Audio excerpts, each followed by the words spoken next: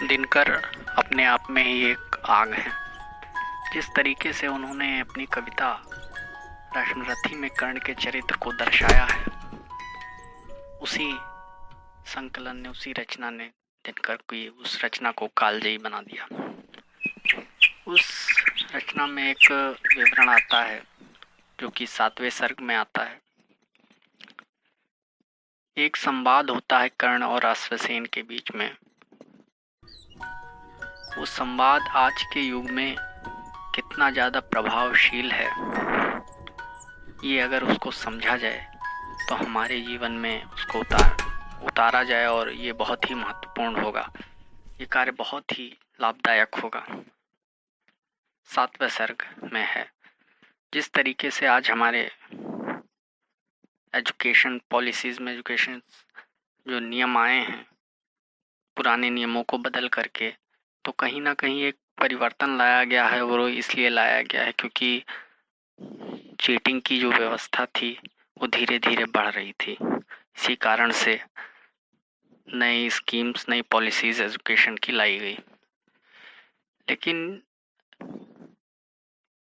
अगर हम बात करें तो दिनकर की ये कविता इतनी प्रभावशील रहती है कि अगर कोई व्यक्ति ये ठान ले कि उसे नकल नहीं करना है, तो फिर वो पूरे जीवन अपने इस विचार को बदल नहीं सकता है।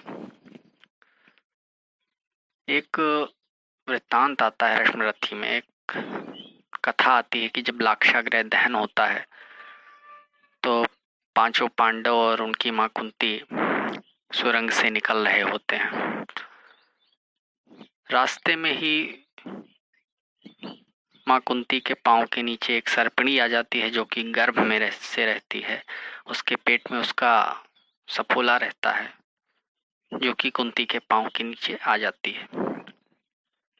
अर्जुन उसे उठा करके तुरंत आग में फेंक देते हैं, लेकिन आग में जाने से पूर्व वो सर्पणी अपने पुत्र अश्वसेन को जन्म दे देती है।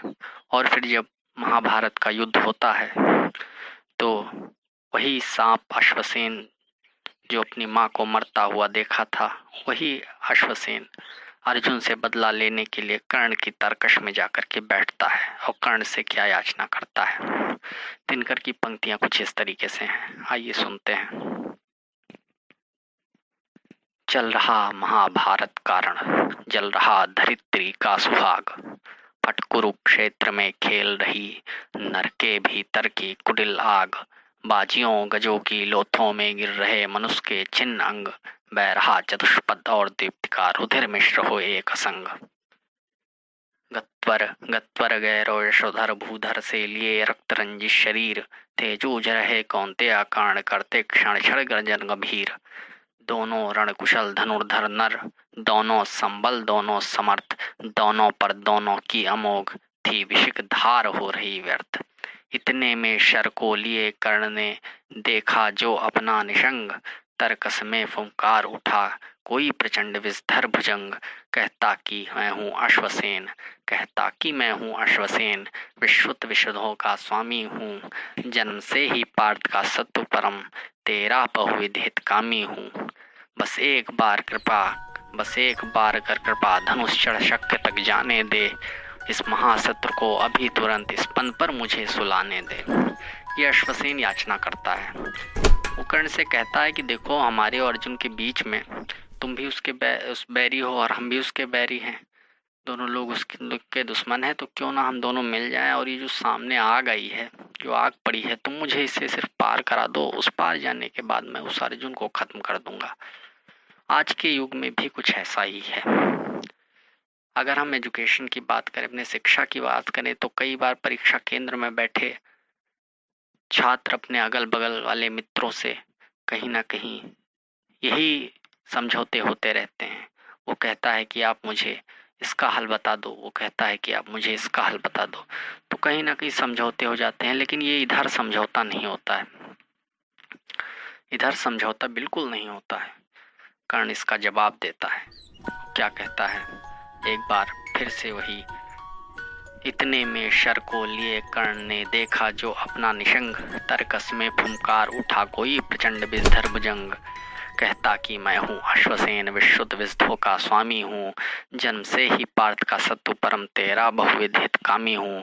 बस एक बार कर कृपा धनुष शरशक्य तक जाने दे। इस महाशत्रु को अभी तुरंत स्पन पर मुझे सुलाने दे।